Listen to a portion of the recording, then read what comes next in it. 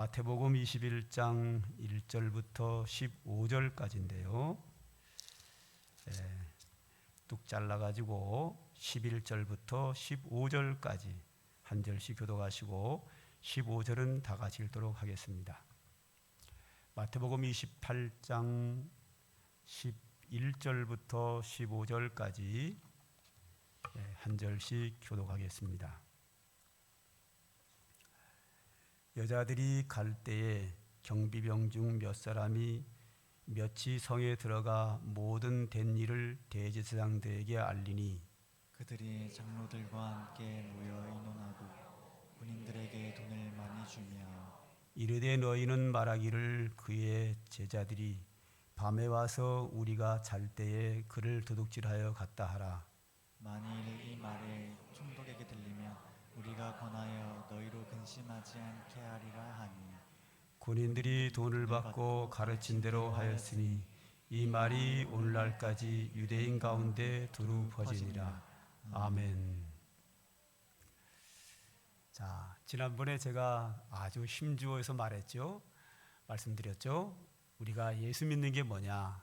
예수 믿는 거라고 하는 것은 예수님이 내 죄를 위하여 십자가에 못 박혀 죽으셨고 예수님이 부활하신 것은 역사적인 사실이다. 예수님이 나의 죄를 대신해서 십자가에 못 박혀 죽으셨다. 그리고 예수님은 진짜로 부활했다 하는 거죠. 그런데 이 사실을 믿고 믿음으로 살고 하나님께 영광을 돌리고 하나님의 은혜 받고 하는 것을 가장 싫어하는 게 누구냐면 사탄이죠.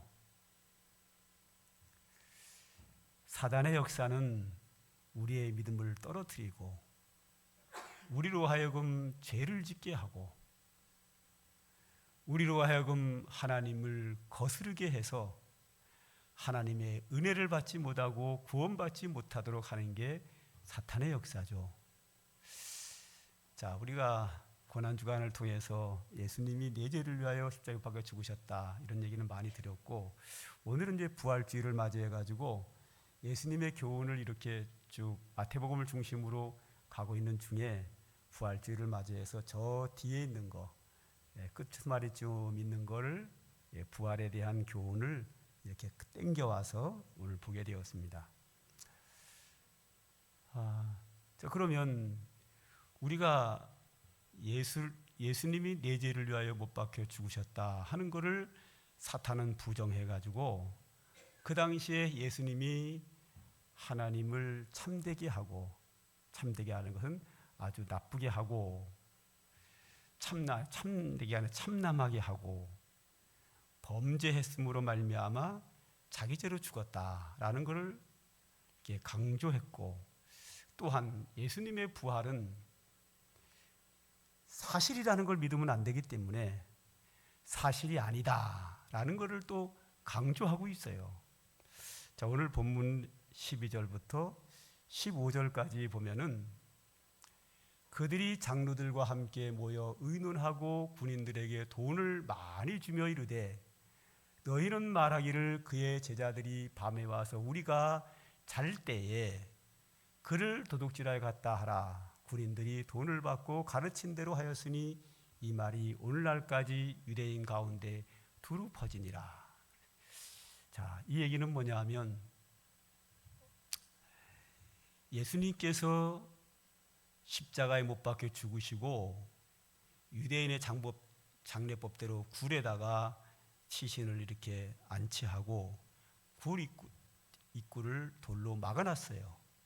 그런데 예수님께서 살아계실 때에 내가 못 박혀 죽는다. 그런데 3일 만에 부활하겠다. 이렇게 얘기를 했단 말이에요.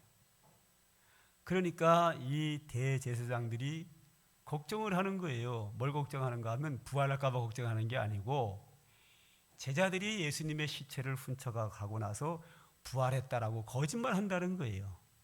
그래서 예수님의 제자들이 예수님의 시체를 도둑질할 것을 걱정이 돼서 대제사장들이 개인 사병을 시켜가지고 이 예수님의 무덤을 굳게 지켰습니다.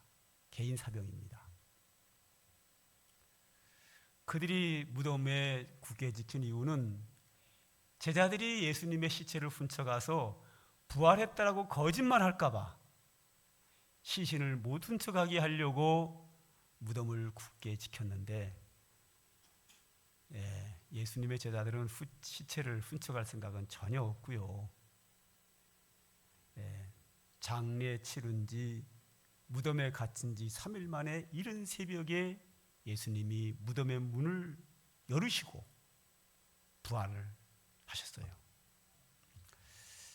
자, 그러니까 예수님이 부활한 것을 가장 먼저 본 사람이 누구냐면 무덤을 지키던 개인 사병들이에요. 군사들이에요. 그들은 무덤 앞에서 예수님이 부활하는 것을 봤어요. 가장 먼저 목격한 사람들이에요. 그걸 보고서는 깜짝 놀라가지고 달려갔어요. 제사장들이 달려가서 제사장님, 예수님이 말이 거짓말이 아니라 실제로 부활했습니다. 우리가 현장에서 봤습니다. 그건 제 제사장이 걱정인 거죠. 밀란이 일어날 걱정이 되는 겁니다. 그래서 병사들에게 돈을 주면서 말합니다. 우리가 무덤을 지키고 있었는데 한밤중에 잠이 들었다. 잠든 사이에 제자들이 와서 예수의 시체를 훔쳐갔다고 하라. 이렇게 해서 돈을 주고 뇌물을 주고 그렇게 하니까 이 병사들이 돈을 많이 받았기에 다니면서 우리가 무덤을 지키고 있었는데 제자들이 예수님의 시체를 훔쳐갔습니다. 이렇게 소문을 냈습니다. 이렇게 예수님이 부활은 역사적 사실인데 이 역사적 사실을 못 믿도록 사탄은 이 대제사장과 장로와 병사들을 통해서 거짓으로 그거를 부정케 하는 거예요. 예수님의 부활은 역사적 사실이고 굉장히 중요하니까 이 중요한 것을 막기 위해서 사탄의 역사지요. 하여튼 우리로 하여금 믿음 떨어지게 하고 죄짓게 하고 하나님과 멀어지게 하고 하나님의 뜻을 거스르게 하는 것은 모두가 다 사탄입니다. 이거 직분에 관계없어요. 예수님의 제자 베드로가 수제자 아닙니까? 예수님이 제자들에게 내가 십자가에 못 박히겠다. 그렇게 하니까 예수님 절대 안 됩니다. 주님이 죽다니요 하고 막는 거죠. 지금 인류의 구원을 이루시기 위하여 큰 역사를 앞에 두고 있는데 베드로가 막아요. 이거 잘된 거예요? 잘못된 거예요? 잘못된 거죠. 그래서 예수님이 그 자리에서 베드로를 향하여 사탄아 물러가라.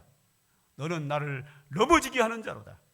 우리의 신앙을 넘어뜨리고 하나님의 뜻을 거역하고 인본주의에 빠져서 하나님의 뜻대로 살지 못하고 믿음으로 살지 못하게 하는 모든 것들은 직분에 관계없이 누가 했든지 간에 모두 다 사탄의 역사입니다.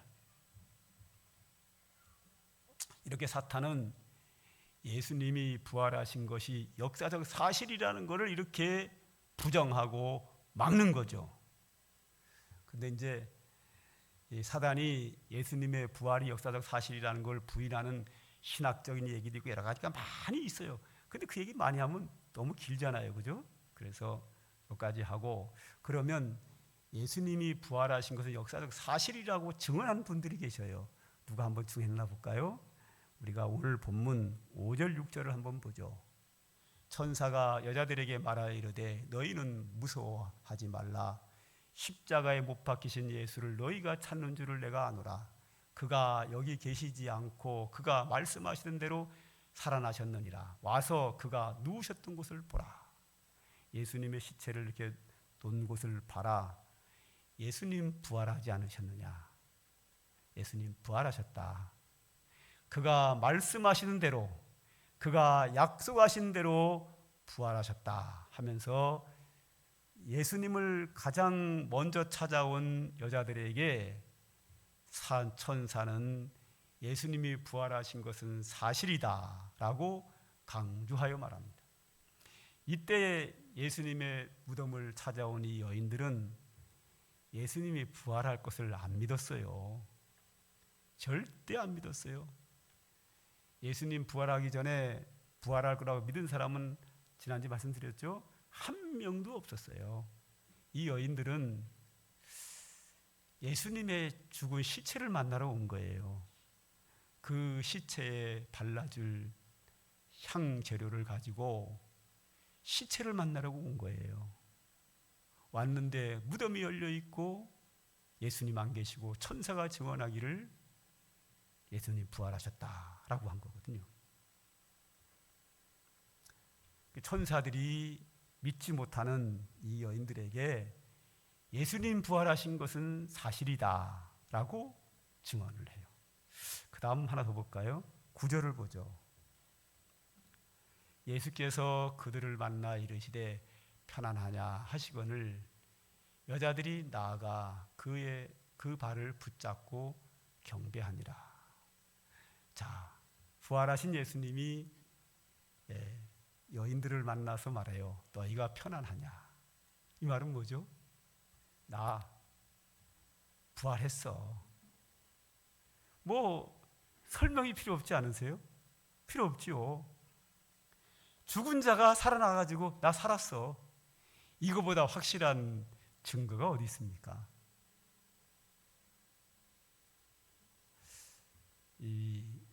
이 세상에 많은 종교가 있죠. 이 많은 종교들이 기독교를 흉내내는 것이 너무 많아요. 여러 가지 흉내를 많이 내는데 교주가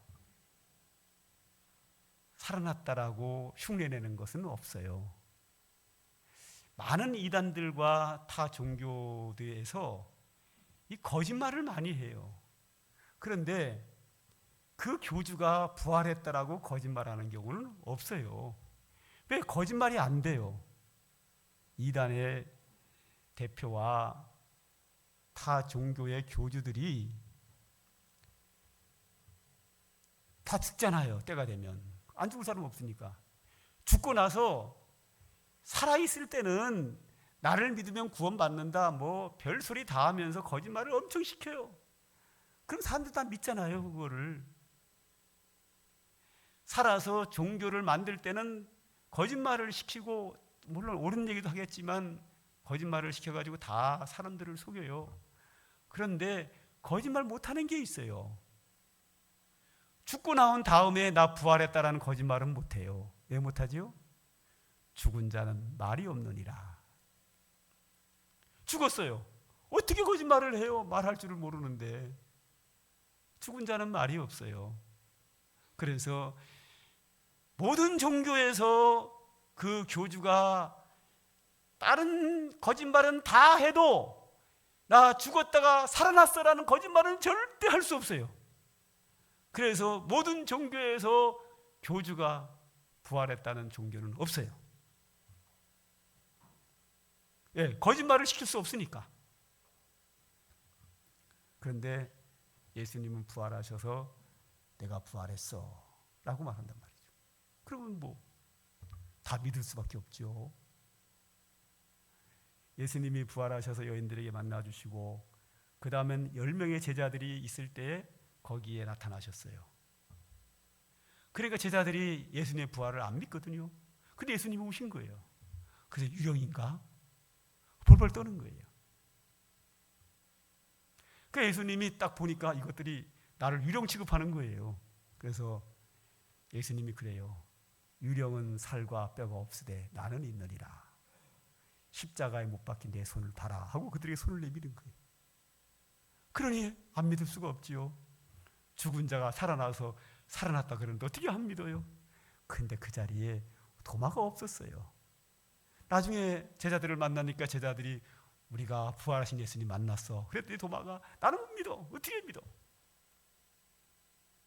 내가 부활하신 주님을 만나고 못자국 난 손을 보고서야 믿지 그 전에 못 믿어 라고 그런단 말이에요. 그래도 그 말 한마디 했다고 전 세계 교회가 2000년 동안 의심하는 도마 나귀를 찍어놨어요. 안 그래요. 아니 도마만 부활을 안 믿었나요? 믿은 사람은 한 명도 없어요. 도마가 얼마나 억울하겠어요. 이제 앞으로 의심 많은 도마에게 하지 마세요. 천국에서 얼마나 억울하겠어요. 의심 많은 도마처럼, 노래만 못해가지고 큰일이야. 도마처럼 울었네 내가 처음 주를 만날 때. 거기서 노래가 나오잖아요. 의심 많은 도마처럼. 그 노래 부르지 마세요. 그냥 의심 많은 나라 그러세요. 아니면 의심 많은 제자들처럼 그러든지. 다 안 믿었거든요. 믿은 사람 한 명도 없었어요. 막달라 마리아, 천주의 성모 마리아라고 하는 그 마리아, 그 누구도 안 믿었어요. 그런데 왜 도마한테만 의심 많다 그래요? 다 안 믿어놓고. 그러니까 예수님이 도마를 찾아오셔요. 도마야, 나 부활했어. 내 손 만져봐. 그제서야 도마가 무릎을 꿇고 나의 주님이시며 나의 하나님이십니다 하고 고백을 하거든요. 그 다음에 예수님의 제자들의 증언이 있어요. 특히 바울의 증언이 있죠. 고린도전서 15장 3절부터 8절까지인데요. 내용이 좀 기네요. 그냥 설교는 어차피 하나님 말씀 전하니까 하나님 말씀 듣는다 생각하고 한번 볼까요? 자, 15장 3절. 내가 받은 것을 먼저 너희에게 전하였으니 이는 성경대로 그리스도께서 우리 죄를 위하여 죽으시고. 자, 그냥 예수님이 죽으셨다 할 때는 십자가에 못 박혀 죽으셨다 이렇게 얘기를 해요. 그러나 이 진리를 논리적으로 설명할 때는 반드시 뭐가 들어가야 돼요? 그리스도께서 우리 죄를 위하여 죽으신 거예요. 할렐루야. 우리 그걸 믿고 구원받는 거거든요. 그래서 바울이 이제 예수님의 구원을 이렇게 체계적으로 설명할 때는 그냥 예수님이 죽으셨다 이렇게 안 해요. 그리스도께서 성경대로 뭐를 위해서? 우리 죄를 위하여 죽으셨다. 그리고 그 다음 4절을 볼까요? 장사 지낸 바 되었다가 또 성경대로 3일 만에 다시 살아나사 게바에게 보이시고 12 제자에게 보이시고 다 보이신 거예요. 그 다음에 그 후에 500여 형제에게 일시에 보이고 지금까지 대다수는 살아있고 어떤 사람은 잠들었으며 그 후에 야고보에게 보이시고 그 후에 모든 사도에게와 맨 나중에 만삭되지 못한 내게도 보이셨다. 할렐루야. 그 예수님 다니면서 보여주는 거예요. 뭘 보여줘요? 나 살아났어. 나 살아났어. 할렐루야. 그런데 예수님은 이 땅에 계실 때 가르치는 것을 아주 좋아하셨어요. 가장 많이 한 사역이 가르치는 사역이었어요. 그런데 부활은 안 가르쳐요. 왜 안 가르치죠? 부활은 교훈이 필요 없어요. 부활의 교훈을 믿는 게 아니라 뭘 믿어요? 부활은 역사적 사실이 중요한 거예요. 십자가에 못 박혀 죽으신 건 뭐가 중요해요? 교훈이 중요해요. 어떤 교훈? 내 죄를 위하여 죽으셨다. 이게 중요한 거고, 부활은 교훈이 필요 없어요. 의미가 필요 없어요. 뭐가 필요하다고요? 예수님이 부활하신 것은 역사적 사실이다. 다니면서 계속 하시는 말씀이 뭐냐면 내가 부활했어. 내가 부활했어. 너희들이 내가 십자가에서 못 박혀 죽은 거 다 알지 않느냐? 그런데 내가 부활했어. 이것만 전하는 거예요. 부활의 의미 이런 거 설명 안 하도 안 해요. 할 필요가 없지요. 의미가 필요 없는데 뭘 의미를 설명합니까? 부활은 뭐가 필요해요?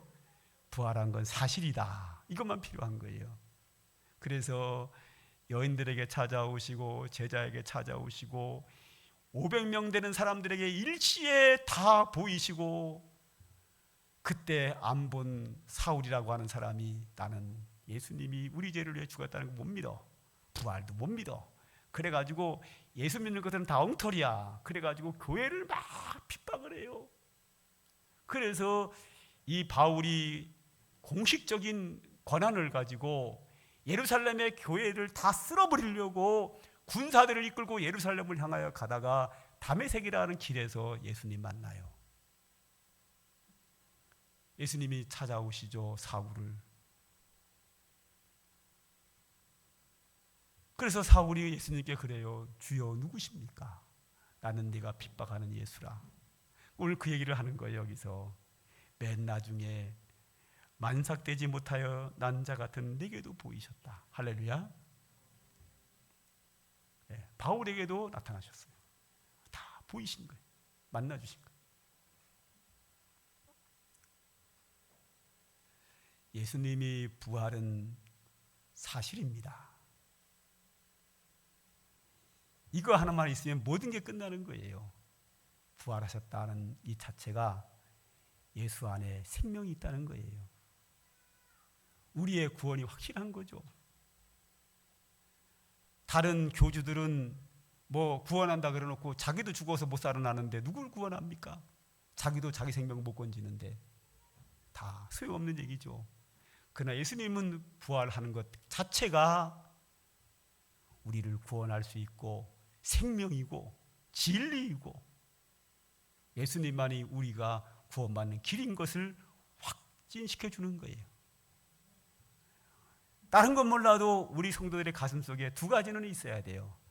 예수님이 나 같은 죄인을 위하여 십자가에 죽으셨다. 그리고 예수님 부활한 것은 사실이다. 이것만 있으면 우리의 신앙은 흔들리지 않아요. 이것만 있으면 우리 신앙은 흔들릴 이유가 없지요. 모든 게 다 해결되는 거예요. 이 신앙 가지고 주님이 우리를 천국에서 부르시는 그날까지 믿음에 승리하는 상관교회 모든 손들 되시기를 주님의 이름으로 축원합니다. 기도하겠습니다. 하나님 감사합니다. 우리에게 참 소망을 주시고 영생을 주시기 위하여 하나님께서 독생자를 세상에 보내주시고 우리 죄를 위하여 십자가에 못 박게 하셔 죽게 하시더니 부활시킴으로 말미암아 우리의 구원을 확증시켜 주신 것을 감사합니다. 우리의 가슴 속에 이 신앙 가지고 어떤 상황 속에서든지 믿음에 승리하는 삶을 살아가는 우리 모두가 되게 하여 주시옵소서. 예수님의 이름으로 기도하옵나이다. 아멘. 찬송가 161장입니다.